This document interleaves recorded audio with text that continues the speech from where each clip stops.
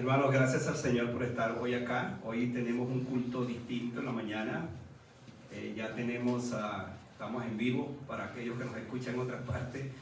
Y para quizás informarles que hoy es un día donde hay un tiempo que nos dicen que después de las 12:30, 1 de la tarde va a estar muy fuerte la nieve, y por eso nos hemos reunido en la mañana. Así es que queremos agradecerles a ustedes por su presencia y por aquellos que se unen a nosotros en esta transmisión que estamos haciendo hoy. En efecto, vamos a abrir nuestras Biblias porque vamos a seguir con nuestros mensajes, sermones que tenemos en el libro de Lucas. Y abra su Biblia allí porque vamos a estar ubicados en el capítulo 6 de Lucas.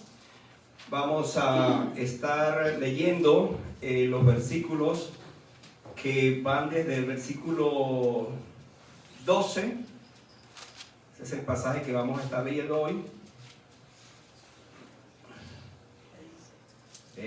Lucas 6. Vamos a leer todos, son apenas 3-4 versículos y vamos a estar leyéndolos juntos. Otra vez Lucas 6, del 12 al 16, leamos. En aquellos días él fue al monte a orar y pasó la noche orando a Dios. Y cuando era de día llamó a sus discípulos y escogió a 12 de ellos, a los cuales también llamó apóstoles. A Simón, a quien también llamó Pedro, a Andrés su hermano, Jacobo y Juan, Felipe y Bartolomé, Mateo, Tomás, Jacobo hijo de Alfeo, Simón llamado Celote, Judas hermano de Jacobo, y Judas Iscariote, que llegó a ser el traidor. Vamos a pedir al Señor su bendición en la oración para que esta mañana esta palabra nos hable poderosamente. Amén. Padre, gracias una vez más por estar aquí en este lugar que hemos preparado hoy para estar delante de tu presencia, en primer lugar en este tiempo de adoración que hemos tenido, de alabanzas. Y gracias, Señor, gracias. Y ahora, Padre, pedimos que tu palabra, que la vamos a explicar, exponer, sea de tremenda bendición para nuestras vidas. Gracias porque tu palabra siempre es una palabra que nos da la seguridad, la certeza de que ella ha sido enviada para bendición de nuestras vidas. Y en esta mañana queremos que esa palabra nos hable poderosamente. Te damos gracias y te bendecimos en el nombre de Jesús. Amén. Pueden sentarse, hermanos, muchas gracias. Una vez más, bienvenidos a este tiempo, a este lugar. Gracias al Señor porque tenemos la respuesta de ustedes en medio de este tiempo. También quiero agradecer a los hermanos músicos que nos han acompañado en esta hora, en medio de todas las dificultades que plantea este tiempo, pero gracias al Señor que podemos tenerlo. En el pasaje que hemos leído, el título de este mensaje es La escogencia de los menos indicados. Usted va a entender esta mañana por qué le he puesto como título a mi sermón esto precisamente, la escogencia de los menos indicados. Estaba pensando en algo que alguien dijo acerca de este tema de la escogencia de los menos indicados. Porque si Jesús hubiera sido un empresario moderno, por ejemplo, lo último que hubiera buscado para conformar su equipo de trabajo era hombres a los cuales se escogió hace 2000 años. De hecho, la probabilidad de fracaso, dicen algunos, considerando que la empresa a formar iba a ser la más grande, la más importante del mundo, pues ese grupo estaba condenado al fracaso, y Jesucristo también. Algunos dirían que, por supuesto, no darían ni un centavo por los 12 hombres a quien Jesús escogió, para que fueran entonces ellos quienes impactaran al mundo. No se les daba mucho desde el punto de vista de las posibilidades de triunfo a ellos. Una mirada panorámica del trasfondo de todos ellos, sus oficios, su falta de preparación, indicaba un gran error en esa escogencia. Ahora, yo quiero que usted se ubique en esta hora, porque seguramente usted se va a identificar con este pasaje. A lo mejor va a decir, es verdad, yo soy como los apóstoles. Yo quizás no significo mucho, quizás no tengo una gran preparación, pero ¿sabe qué? Me identifico porque Cristo lo escogió. Y puedo decir esta mañana, me identifico porque Cristo también me escogió. La pregunta es, ¿por qué 12? ¿Por qué no 8? ¿Por qué no 10? ¿Por qué no 13? ¿Por qué no 15? Bueno, hay razones seguramente bíblicas, históricas, para que ese nombre de los 12 aparezca así, como tal. 12, que por cierto, Lucas los va a llamar apóstoles. Los otros evangelios, Mateo y Marcos, los van a llamar discípulos, pero Lucas los va a llamar apóstoles. Bueno, vamos a recordar un poco de historia. Por ejemplo, tenemos a los 12 hijos de Jacob, de donde vienen las 12 tribus. Tenemos los 12 príncipes de los hijos de Israel. Quizás no hemos escuchado mucho acerca de ellos, pero hay 12 príncipes. Tenemos las 12 fuentes de Elín. Tenemos las 12 piedras en el pectoral de Aarón, el sumo sacerdote, 12 piedras. Tenemos las 12 tortas de pan de la proposición. Tenemos los 12 espías enviados por Moisés. Tenemos las 12 piedras con el cual se hizo un altar después que se cruzó el río Jordán. Los 12 bueyes que aguantaban el mar de fundición del templo. ¿Y qué tal en el Nuevo Testamento? Pues en el Nuevo Testamento tenemos por lo menos 2 referencias. Una de ellas es a las 12 puertas de Jerusalén, en la ciudad celestial, y por supuesto van a aparecer los 12 nombres de los apóstoles. Ahora, ¿por qué estamos llegando a esta parte? Para enfatizar entonces que Jesús escogió a 12 hombres. No me pregunte por qué no escogió una mujer, ese es un problema de Dios. Pero escogió a 12 hombres. Pablo va a decir después, hablando de los menos indicados, según el título del mensaje, Pablo va a decirnos por allá en 1 Corintios 1:21, escuche esto, porque nos ayuda a ubicarnos en el tema de hoy. Él dijo, sino que lo necio del mundo escogió Dios para avergonzar, dice, a los sabios.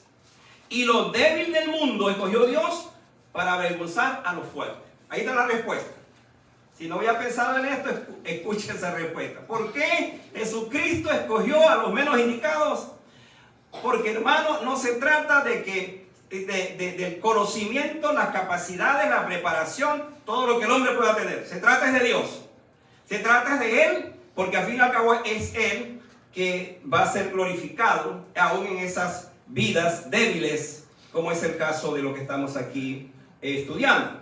Así que el mensaje de la ocasión es alentador. ¿Por qué es alentador? Porque Dios escogió a gente como usted y como yo, sin mucha importancia, para usarla para su reino. A mí me encanta esta frase y yo quiero que usted la tome, la capture y la tenga en su corazón y piense. ¿Por qué Dios me escogió?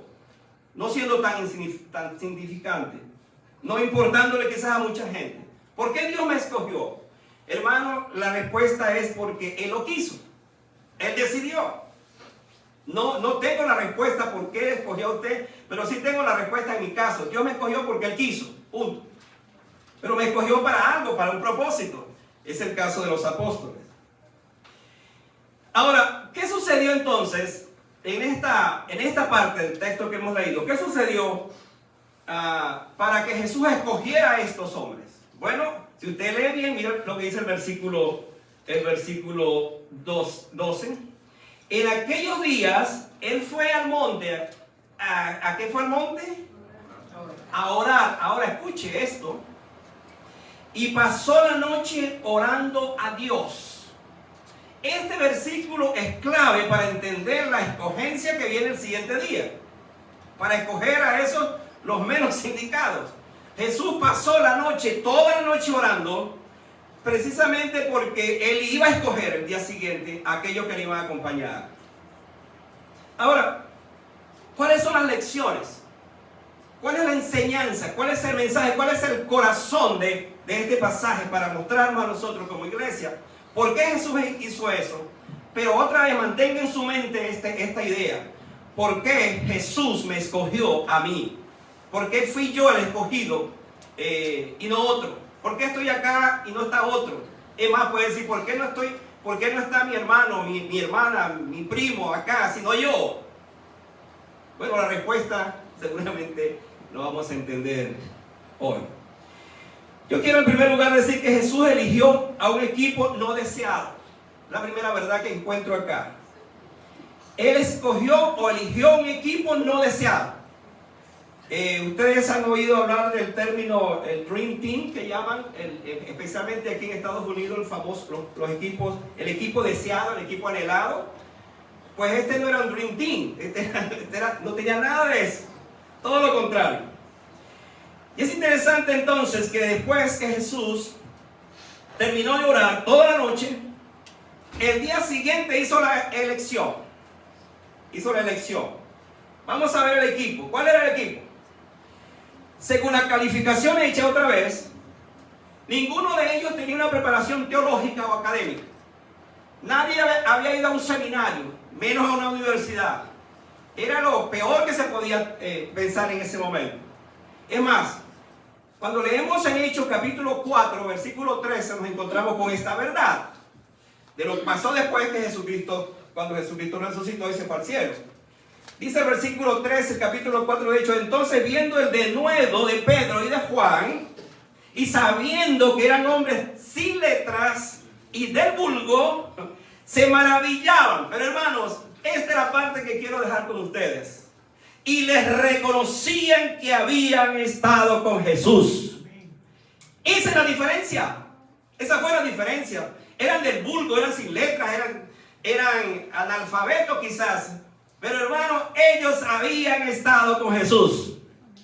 Cuando se está con Jesús, cuando se vive con Jesús, no importa lo que yo sea para el mundo, para otros, la verdad es que al final seré reconocido, como reconocieron en este caso a estos hombres sin letras, ese equipo no deseado. ¿Quiénes estaban en ese equipo? ¿Por qué eran del vulgo? Bueno, había entre ellos un recaudador de impuestos despreciado. ¿Se acuerdan que hace poco estuve hablando acerca de Mateo? Había un traidor, avaro y el resto de los plebeyos que según la lista van así. Hay dos Simón Pedro y otro Simón más adelante. Está Jacobo o Santiago, hijo de Zebedeo. Está Juan, hermano del anterior. Está Andrés, hermano de Simón Pedro. Está Felipe, Bartolomé o Natanael. Está Mateo, está Tomás, está Santiago, hijo de Alfeo. Al parecer habían varios feos allí. Judas, también conocido como el Leveo o Tadeo, o sea, dos Judas. Y por supuesto tenemos a Judas, el que le traicionó. Ahora tomen en cuenta este detalle que va a ser muy interesante. ¿Por qué Jesús escogió a esos 12 y entre esos 12 estaba Judas? Pongan atención y síganme por favor, porque esto va a ser interesante. Todos, sin excepción, eran personas comunes y corrientes, ni posición social elevada tenían. Ustedes se han dado cuenta que uno de los apóstoles que va a venir después, que se llama Pablo, ese sí era preparado y ese sí era de la clase alta, porque Pablo era un fariseo. Sin embargo, Jesús no escogió a Pablo en ese grupo, escogió fue a estos 12. Pablo va a venir después. Y aquí hay cosas que nos van a ayudar mucho. Así que ese equipo no deseado era el menos indicado para la tarea, el trabajo que tenían por delante. Estos hombres a la vista de otros preparados no calificaban, pero a la vista de Dios sí calificaban. Este es el punto que es interesante en esta historia. Es ver entonces que usted en las manos del Señor hace la diferencia.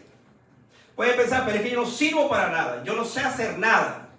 Pues qué bueno que no sabe hacer nada, porque esta gente no sabe hacer nada, sino pescar o hacer otra, o el caso de Judas, que era un ladrón. Entonces, por supuesto, ellos en su totalidad tenían cualidades no aptas, no indicadas para formar parte del equipo de Jesús.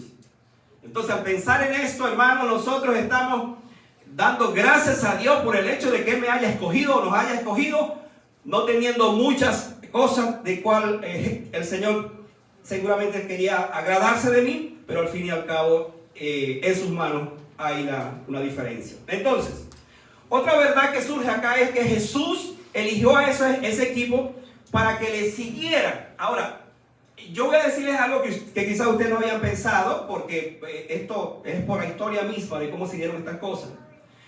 Durante el tiempo de Jesús, los maestros, los discípulos, quiero decir, escogían al maestro. Esa era la situación durante ese tiempo.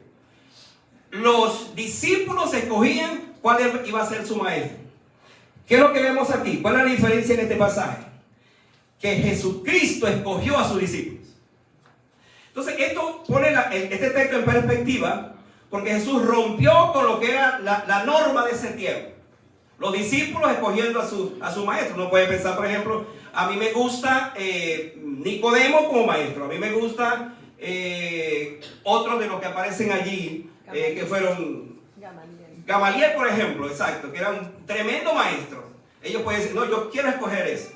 Y a veces nos sucede cuando estudiamos que quisiéramos tener a ese como profesor, a ese como maestro. Pues hermanos, en esta historia hay un cambio total, porque es Jesucristo el que los escoge.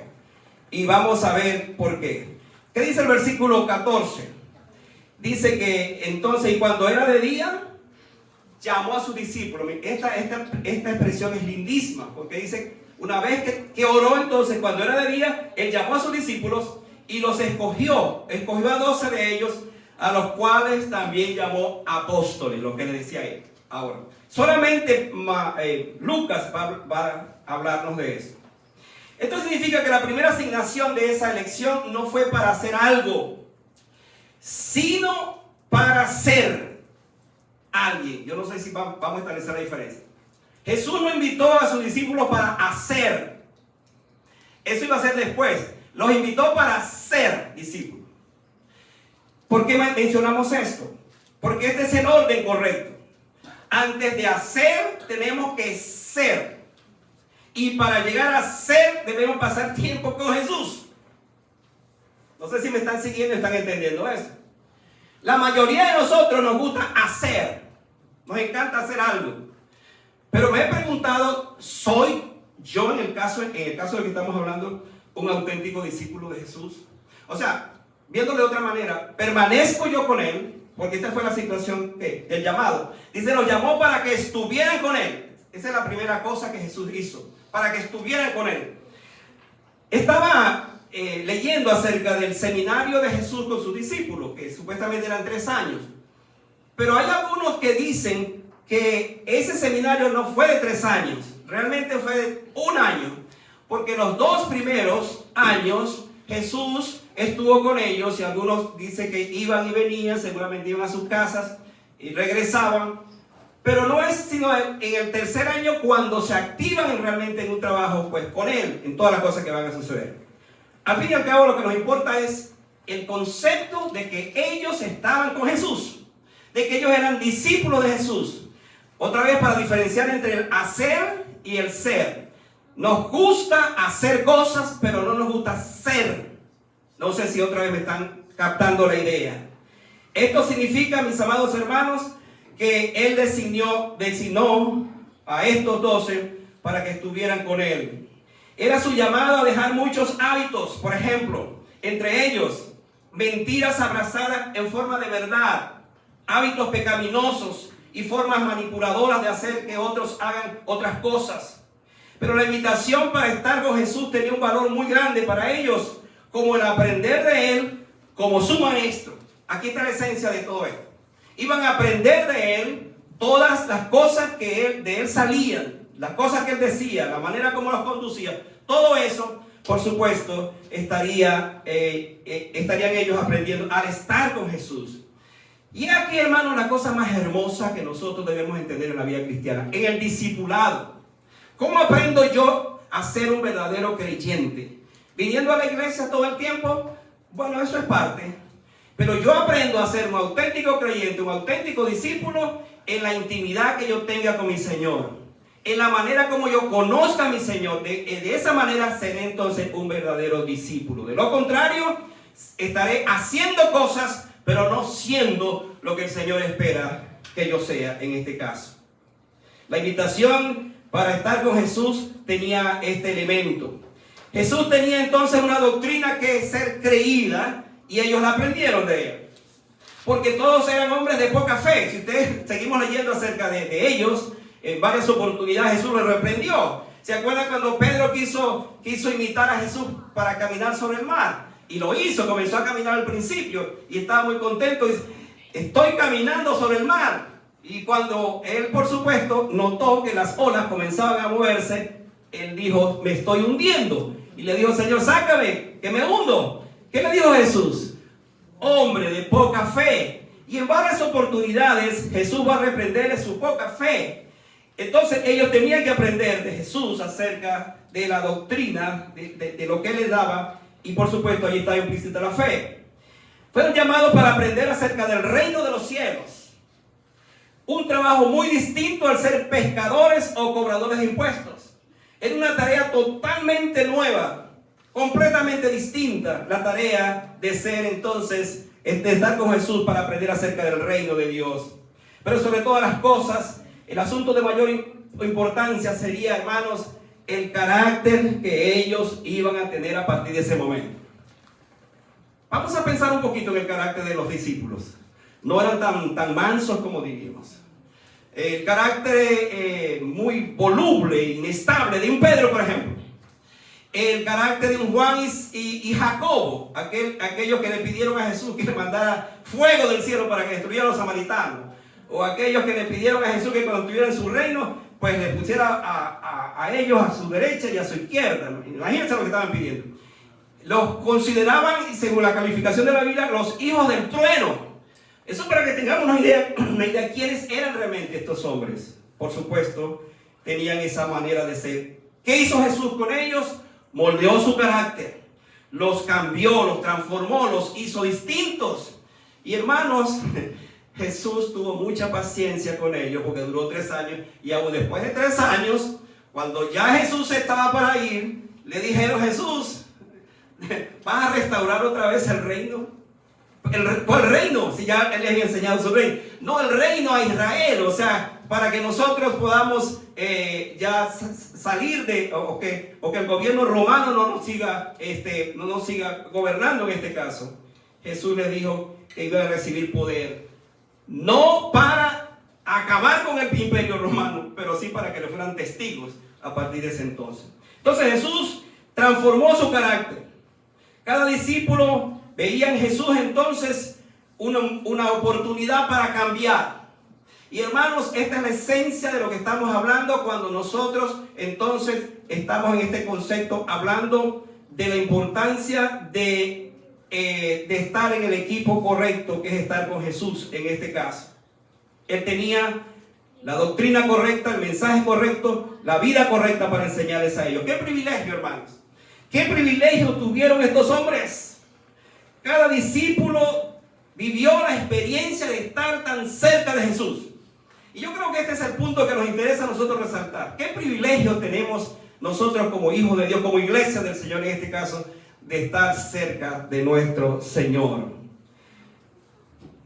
Pero además dice la Biblia que los llamó para enviarlos a predicar. Si usted va a Marcos, capítulo 13, versículo 13, dice que los invitó para estar con él, pero también para enviarlos a predicar. Esa era la otra función. Entonces, después de pasar tiempo con él, los mandó a predicar porque esa era su misión. Y hermanos, la verdad es que si yo soy un discípulo de Jesús, una característica de un discípulo de Jesús es que predica lo que Jesús le enseñó. Y es bueno que vayamos revisando entonces si yo soy un discípulo de Jesús en este sentido. Hasta donde yo predico a Jesucristo, hablo de Jesucristo, proclamo a Jesucristo, porque de lo contrario entonces tendré que revisar si soy realmente o no un auténtico discípulo. Ellos tenían un mensaje que dar a conocer. ¿Cuál era ese mensaje? El mensaje de perdón de los pecados. Tenían un mensaje de esperanza, un mensaje de libertad, un mensaje de victoria, de un mensaje glorioso, porque Cristo se los había asignado para que lo predicaran. Ellos eran llamados a presentar un mensaje extraordinario, aunque ellos eran hombres ordinarios. Esa aquí es la esencia del Evangelio. Que Cristo ha puesto el mensaje de su palabra en hombres ordinarios como nosotros, para que prediquemos un mensaje extraordinario, como es precisamente el mensaje del Evangelio. Y la razón por la que ellos proclamarían un mensaje extraordinario es porque ellos recibieron un poder extraordinario. Recibiréis poder cuando haya venido sobre vosotros el Espíritu Santo y haréis esto. Esa fue la promesa que encontramos allí. ¿Qué pasó entonces? ¿Qué sucedió? Que ellos entonces recibieron ese poder, y una vez que lo recibieron, se convirtieron en hombres extraordinarios, poderosos. Por ejemplo, cuando vamos a Hechos capítulo 2, 14 al 41, cuando llegó el Espíritu Santo, que estaban todos reunidos en el aposento alto, y entonces llegó el Espíritu Santo en ese día. Todos estaban confundidos, todos estaban escuchando que todos hablaban en las diferentes lenguas o idiomas y les entendían, y entonces pensaban que estaban borrachos. Algunos pensaban que estaban borrachos.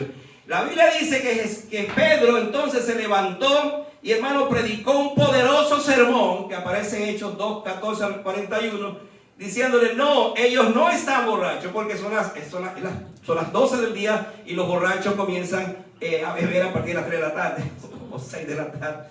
Esa era la situación de ese entonces. Bueno, en nuestros pueblos los borrachos pues toman a cualquier hora, ¿no? Pero en ese entonces la situación era esa. Simplemente dice: no están ebrios, no están ebrios. Entonces, ¿qué sucede? Que el Espíritu Santo vino, los capacitó, y entonces Pedro dice que, aprovechando esa oportunidad, dice: no están ebrios, sino que se cumplió la profecía. ¿Cuál profecía? La profecía de Joel. Por cierto, ayer en el instituto hablábamos de eso. La profecía de Joel, que dice: en los postreros días derramaré sobre vosotros el Espíritu, sobre toda carne. Y entonces ellos profetizarán y harán todas estas cosas. Y aquí Pedro está aplicando este mensaje. Y hermanos, además de la predicación de Pedro en ese momento, ellos también fueron capacitados para hacer milagros. En el capítulo 9 de Hechos nos encontramos con algo que solamente los apóstoles podían hacer. Yo quiero de una vez clarificar lo siguiente, porque hay un tema moderno acerca de los apóstoles, si debemos tener o no apóstoles, si esos apóstoles tuvieron el mismo poder o tienen el mismo poder de los apóstoles del Nuevo Testamento. Enfáticamente, hermanos, los únicos apóstoles aprobados por la Biblia fueron los apóstoles de Jesucristo. ¿Estamos claros en eso?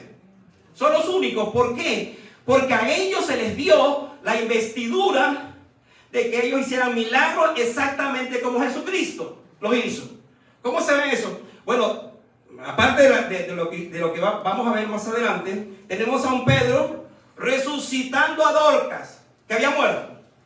Solamente los apóstoles ungidos por Jesús podían hacer esto. Pero sobre todas las cosas, ellos tenían la misión de ser testigos. ¿Dónde? En Jerusalén, en Judea, en Samaria y hasta lo último de la tierra. Ellos fueron investidos con esa capacidad, con esa preparación. ¿Por qué? Porque Jesús les dijo, o los envió a predicar, los envió para que hicieran este trabajo. Cristo los envió a predicar el evangelio del reino. Y esto hizo mientras ellos estaban con él. En una oportunidad los envió de 2 en 2. Y les dijo: vayan por camino de gentiles y hablen y digan. Y si los reciben, pues a ese hogar que los reciban, declarad a ellos que es un lugar de paz. Y si no, pues sacudan el polvo de sus pies y sigan adelante. Y ellos comenzaron a hablar del reino. Y hermano, este era el mensaje que predicaban, el mensaje del reino. Tanto así que cuando Cristo resucitó, escuche esto, Jesucristo, dice el texto, que él duró 40 días después de la resurrección. Y en 40 días él les enseñaba a sus discípulos el reino de Dios, acerca del reino de Dios. ¿Por qué Jesús insistió tanto en esto? Porque es el reino de Dios el que hay que dar a conocer. Se le ha dado esta misión a la iglesia, al creyente, para que siga extendiendo el reino de Dios. Tanto así entonces que nosotros, después de 2000 años, seguimos aquí, seguimos en este lugar. Las iglesias siguen predicando, ¿qué cosa? El reino de Dios. Porque vino para ser predicado, para ser enseñado. Fue tan grande entonces esa tarea que Lucas describe precisamente acerca de esto, hablándoles del reino de Dios e instruyéndoles acerca de la importancia de esto. Ellos aprendieron a predicar. Y hermano, eso se logra andando con Jesús. Si usted no sabe predicar, viva con Jesús. Esté cerca de Jesús. Porque Jesús es el maestro y nos ha dejado su palabra. Nos las ha revelado para que nosotros a través de esa palabra la aprendamos y enseñemos a otros el Evangelio de Cristo. Esta misión se las dio entonces el Señor a ellos, nos las da la iglesia, la misión de enseñar. Otra vez repito esto, Jesús llamó a sus discípulos para dos cosas: para que estuvieran con Él, para que fueran muy cercanos a Él, fueran sus discípulos, pero les enseñó también a predicar. Y por eso nosotros hoy día estamos aquí predicando el Evangelio, hablando de Jesucristo, porque sus primeros apóstoles proclamaron en Judea, en Jerusalén, en Judea, en Samaria y hasta lo último de la tierra. He aquí la diferencia, he aquí la bendición de saber que ellos fueron los hombres que Dios escogió, Jesucristo escogió, no los mejores, pero estuvieron con Jesús. Hermano, usted de repente dice, yo no soy el mejor, pero le tengo una buena noticia. Si usted anda con Jesús, va a ser el mejor. Amén. Usted dice, no, yo no sirvo para nada. Pero si usted está con Jesús, usted sí sirve para algo. La diferencia está en cómo me relaciono con Jesús. Qué tan real es Jesús en mi vida. Esto me lleva a un tercer pensamiento. Y aquí, hermanos, quiero pedirles que por favor se mantengan muy alerta, muy atentos por lo que voy a decir acá. Jesús eligió en su equipo al que iba a ser el traidor. Jesús eligió entre los 12 el que lo iba a traicionar. Voy a decir dos cosas al respecto. Dice el versículo 16 que entre ese grupo estaba Judas, y añade el que llegó a ser el traidor. Mire, hermano, voy a invitarles para que regresemos a la oración de Jesús. Jesús oró durante toda una noche. Yo me he atrevido a pensar, yo no creo estar forzando la palabra del Señor, no es mi estilo, no hago eso. Pero yo quiero pensar que la noche que Jesús oró por sus discípulos, tuvo un mini Getsemaní, un pequeño Getsemaní anticipado. Le voy a explicar por qué. Porque durante toda esa noche que Jesús oró por sus discípulos, oró por Pedro, oró por Juan, oró por Tomás, oró por los demás, pero cuando llegó a Judas, Jesús tuvo que detenerse. Jesús tuvo que gemir delante del Padre. Jesús tuvo que llorar. Jesús tuvo que pedirle a Dios y decirle a su Padre, Padre, en este grupo que voy a escoger estará el hombre que me va a traicionar. ¿Cómo creen ustedes que fue la oración de Jesús en ese momento? Esa noche del Getsemaní, cuando su sudor era como grandes gotas de sangre, yo creo que Jesús volvió a repetir la oración que hizo esa noche antes de escoger a sus discípulos. Porque esa noche lo iba Judas, su discípulo, y voy a decirle esto, el discípulo más cercano de Jesús era Judas. Esa noche Jesús estaría orando también por él. Porque con un beso entonces Judas iba a identificar quién era Jesús. Después que negoció con los sacerdotes venderle por 30 piezas de plata. Ahora imagínense la escena, por favor. Jesús sabe que en su equipo tiene un traidor, pero lo tiene 3 años con él. Él sabe. Y hermano, si usted y yo supiéramos eso, le aseguro que no íbamos a meter a un traidor en el equipo. Olvídese, el último que íbamos a seleccionar o invitar era alguien que me iba a traicionar. Pero como usted y yo no sabemos, por supuesto, eso, por eso es que nos pasa muchas veces algunas cosas que nos pasan. Pero volviendo al tema, aquí Jesús sabía lo que iba a pasar con Judas. Yo he leído varios libros, artículos, y he investigado acerca de por qué, si Jesús sabía que Judas iba a ser el traidor, ¿por qué permitió que él quedara allí? Esta es la pregunta más difícil de responder hasta el día de hoy. ¿Por qué, si Jesús sabía que Judas lo iba a traicionar? Lo dejó. Y hermanos, yo quiero tratar de responder a la pregunta de esta manera. Cuando Juan, por allá en el capítulo 13, versículo 1, habló de Jesús y el amor por ellos, él dijo estas palabras. Los amó hasta el final. ¿A quiénes amó? A los 12 discípulos. Porque déjenme decirle esta tarde o esta mañana lo siguiente. Jesús no amó menos a Judas como amó a Pedro. El amor de él por los 12 fue idéntico, igualito.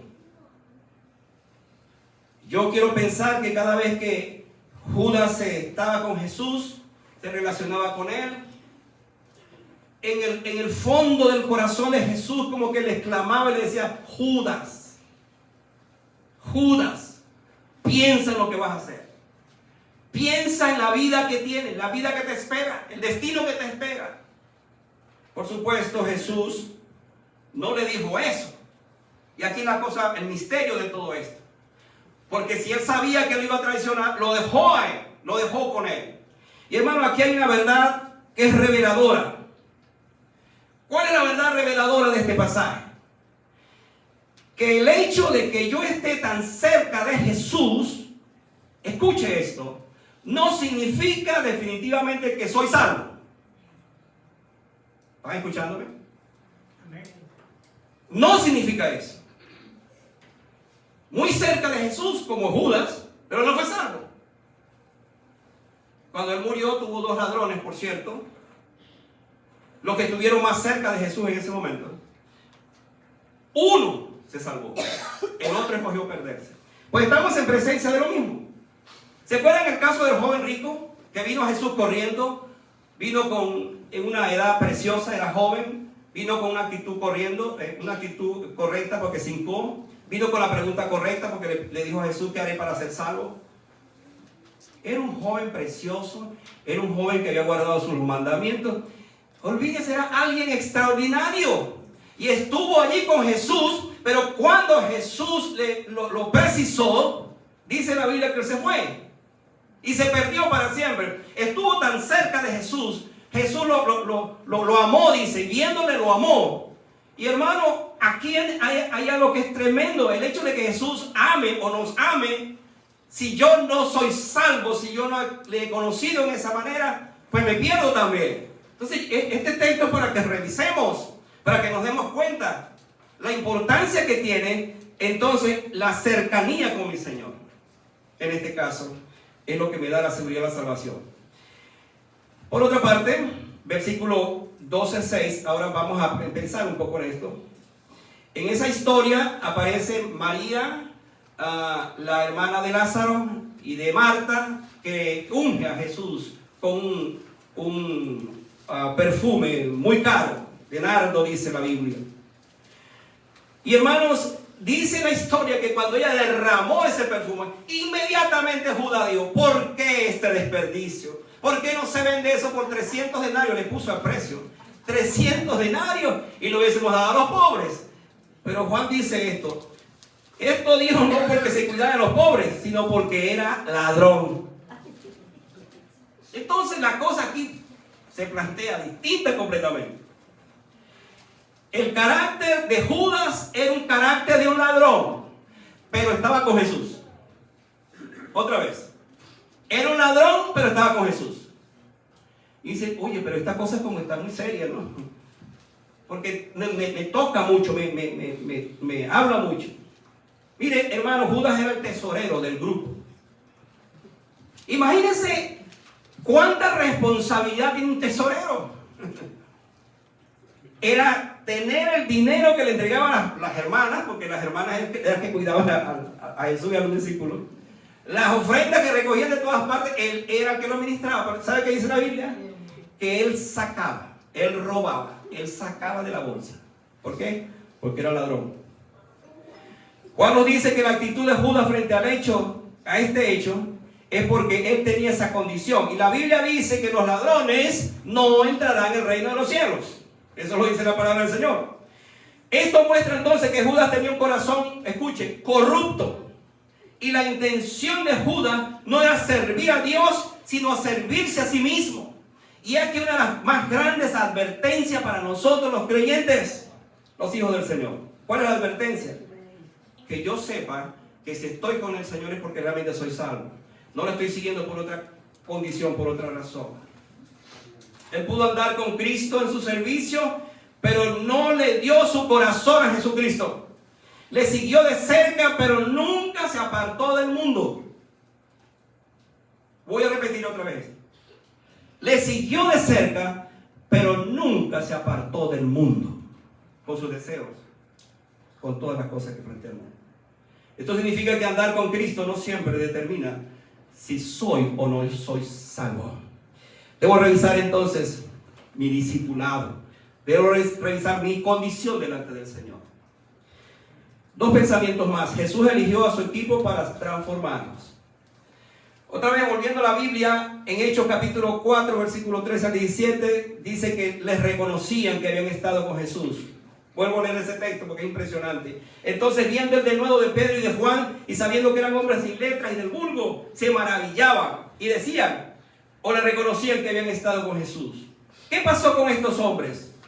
¿Qué pasó con ellos? ¿Qué pasó con esos hombres iletrados, del vulgo, hombres que nadie daba nada por ellos? ¿Qué pasó con ellos?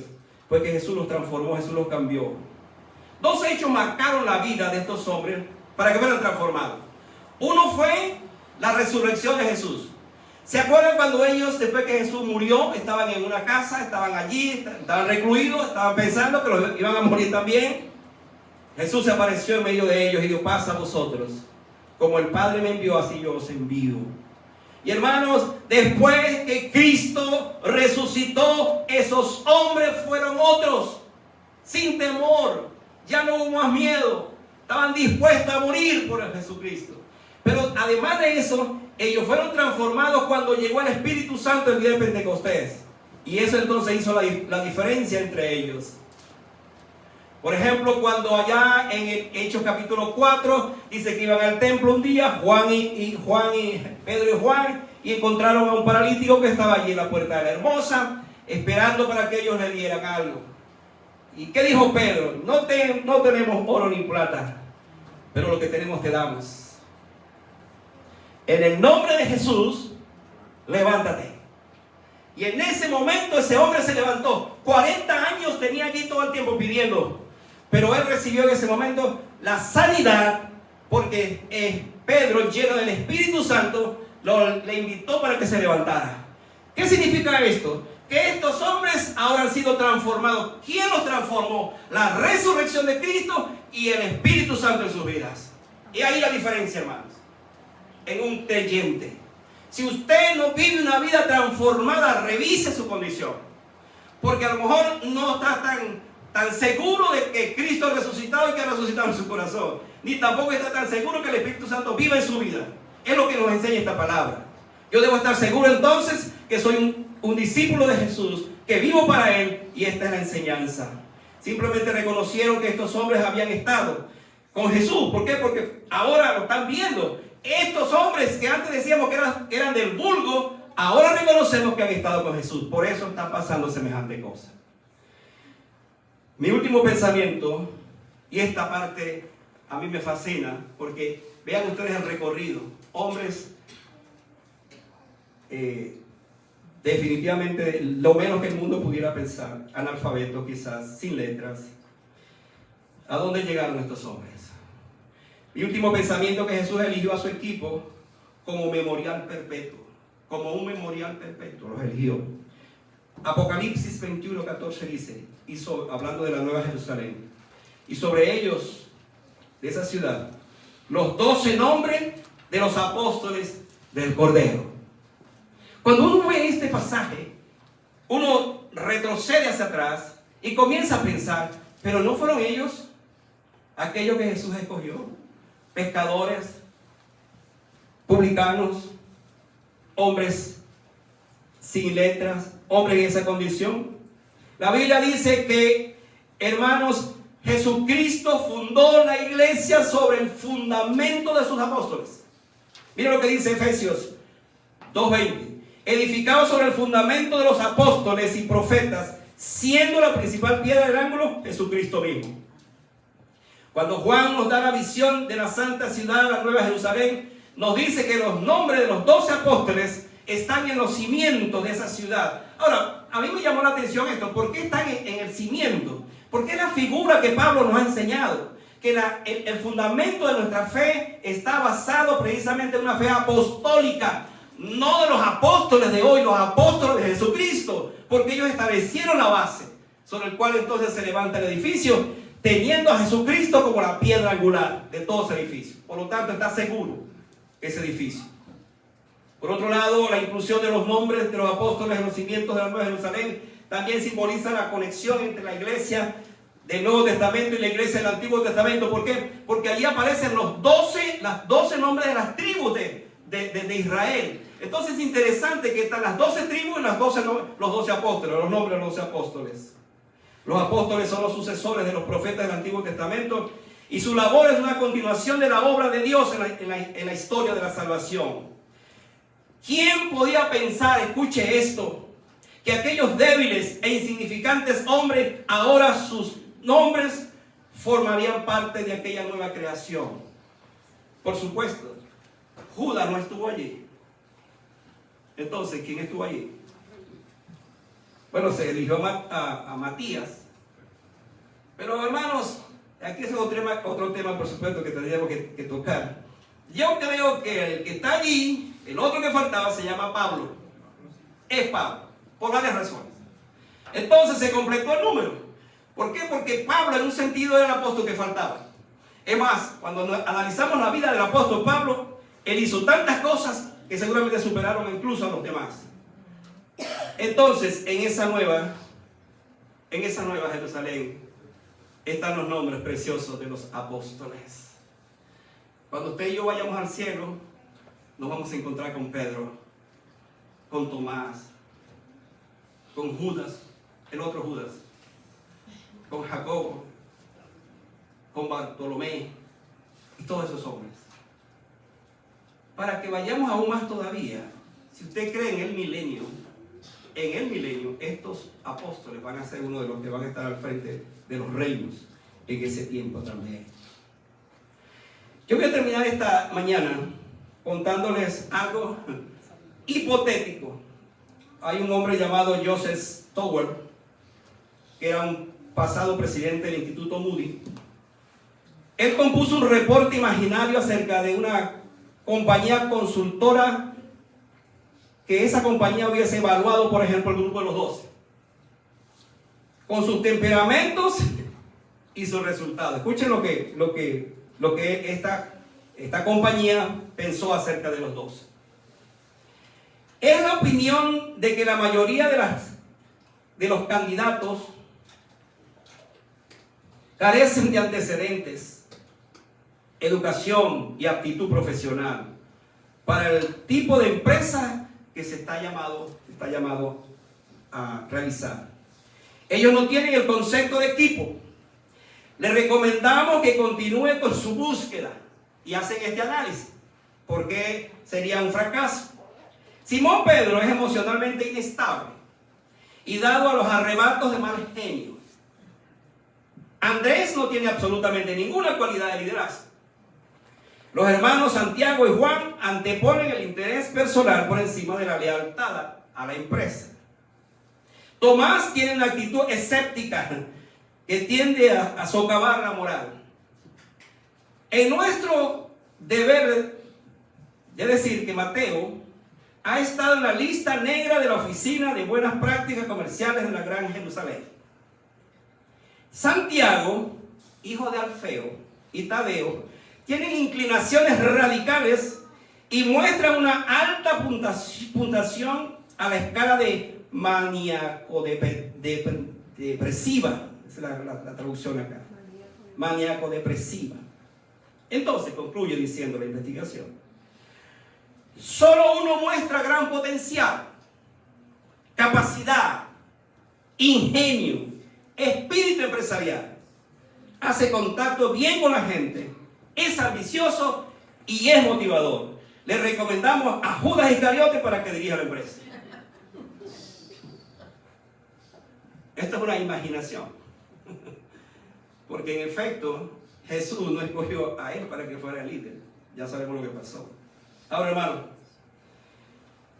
esta visión es la visión de afuera. Pero la visión de adentro es la visión de Jesucristo. Él escogió a 12 hombres que no eran los mejores y los hizo los mejores. ¿Qué nos significa todo esto para nosotros? Que no son los más calificados, los llamados para emprender estas grandes cosas. Cada hombre y cada mujer en las manos de Jesús no es un fracasado. Esa es la esencia de lo que estoy diciendo esta tarde. Cada hombre y cada mujer en las manos de Jesús no es un fracasado. De repente usted viene a la iglesia y dice que yo soy un fracasado. Todas las cosas que yo hago me indican que soy un fracasado. Le tengo una buena noticia. Si usted se califica así, usted es un buen candidato para mejorar su vida, para cambiar y para hacer de bendición a otros. ¿Cómo murió Pedro? Esta es una anécdota que quiero compartir y orar al Señor. Se ha dicho bastante acerca de la muerte de Pedro. Cuando fue confrontado por Jesús, que lo negó 3 veces, Pedro le preguntó a Jesús acerca de Juan, ¿y qué de este? ¿Y qué de este? Dice, bueno, ¿y cuál es el problema? ¿Y qué si yo lo dejo hasta que yo venga? Hablando de Juan. Pero le dijo, en el caso tuyo, prepárate, porque llegará el día cuando otros te llevarán, otros te cargarán. ¿De qué estaba hablando el Señor en eso? Hermano, se ha hablado del martirio de Pedro. En el libro de un historiador llamado Eusebio, escribe acerca de esto diciendo que fue Nerón el encargado de matar a Pedro. Y escribe también el martirio de su esposa. Dice que juntos, Pedro y su esposa, era un equipo amoroso que servían al Señor. Es más, se dice que era como que el único matrimonio del equipo de Jesús que le servía mucho a Jesús. Eusebio escribe que cuando la esposa de Pedro estaba siendo llevada a morir, Pedro la consoló llamándola con amor, diciéndole, acuérdate mi amor, acuérdate del Señor. E iba a morir. Luego cuando fue el turno de Pedro de morir por la crucifixión, Eusebio, el escritor, describe la petición de Pedro. ¿Cuál fue la petición de Pedro? No soy digno de morir como murió el Señor. Quiero que me crucifiquen, pero al revés, en sentido contrario. La historia habla, es una historia que no está en la Biblia, pero habla de eso, que en efecto él murió con su esposa y murieron glorificando al Señor. Fueron tenidos por dignos de ese tipo de muerte. 12 hombres, 11 de ellos prevalecieron, y este es el testimonio.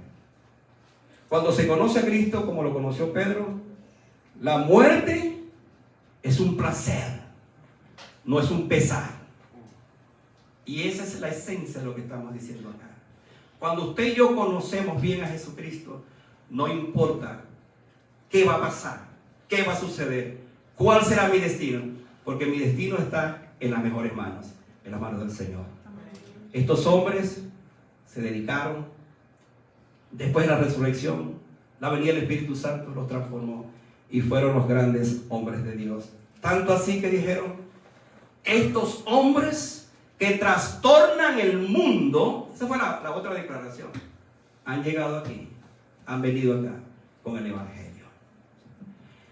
Como alguien dijo, los cristianos de hoy no trastornan el mundo, sino que el mundo los trastorna a ellos.